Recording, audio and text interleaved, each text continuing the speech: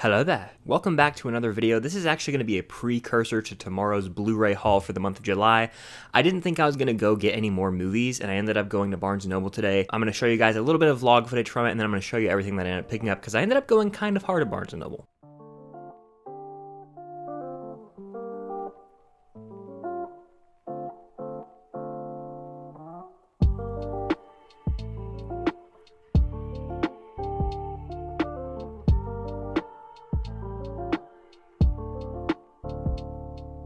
Okay, so now I'm going to show you guys everything that I picked up. I got 3 Criterions I'm going to show you here and a few other things from Barnes & Noble because it's one of the easiest stores to just get lost in, to be honest. So the first thing I got is actually a book. I know you're probably thinking, who's this guy getting the book? Because I don't really read.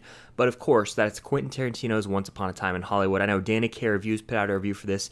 Jaron from Jaron Talks Movies was talking about the book. And I've heard nothing but great things. I watched a bunch of podcasts with Tarantino where he talks about how he adds to the characters. As you can see on the front, you got Rick, Cliff, and Sharon Tate. Of course, at the forefront. On the back, you've got more set pics. I hear it just adds to the lore of the characters. And there's like one scene where like Rick and Cliff go to a restaurant and they interact with famous actors and directors at the time. So that's something that's right up my alley. It's only, I'm looking right now, it's only about 400 pages. But if you look at the pages, like compared to some of the that I've had to read, this is nothing. I could zoom through this in one day if I really wanted to. The question is, when will I find the time to do so? Next up, I actually have a graphic novel or comic, whatever you want to call it. I'm sure someone will correct me in the comments, but it's the Infinity Gauntlet. I saw this and I was like, I kind of want this just maybe for my background. Maybe I'll skim through it because that's just the cover. I know this is the basis of like Infinity War, I want to say. So you actually can see, I read the first few pages in the store, and fun fact, top left corner, that's Mephisto. I just find that funny because Mephisto has now become a meme essentially. So there's that. And then I actually picked up this magazine when I was coming to the checkout line because I recently rewatched and ranked all the Indiana Jones movies. They're a massive part of my childhood. And Raiders of the Lost Ark did turn 40 this year, so I got this Life magazine, Indiana Jones. It says Raiders of the Lost Ark at 40. The Lucas and Spielberg blueprint, the sequels, the sidekicks, the man in full. So it's basically just a deep dive into Indiana Jones. You got the iconic shot on the front, and on the back right here, you've got more behind like photos from Raiders, Crusade at the bottom. So only the best Indiana Jones movies made the cover, essentially. But I'm excited to skim through that. Indiana Jones is something I absolutely adore.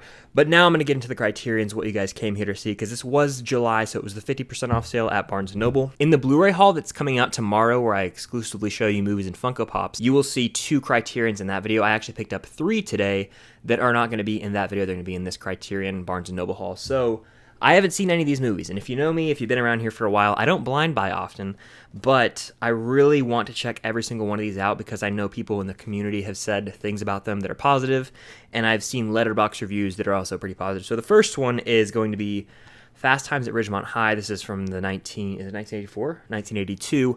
It essentially kickstarted the careers of like Sean Penn and a bunch of other famous actors.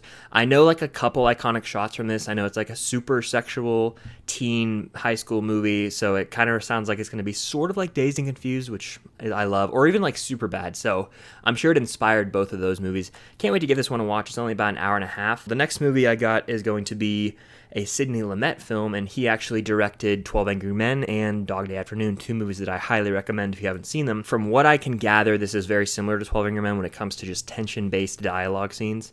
And it says, yeah, I think it stars Henry Fonda. Yes, it does. So it's kind of like a political thriller. I really don't know much about it, but the name intrigued me, and the fact that it's the director of 12 Angry Men gets me pretty excited. So I'm excited to check this out. It came out in 1964, less than 2 hours. Seems like a contained thriller, something I'll definitely dig. So I'm going to check that one out soon. So the last movie that I picked up is Alfred Hitchcock's Notorious. I've seen this poster on multiple occasions on Twitter, on Letterboxd. People have reviewed it, and it just seems iconic by nature.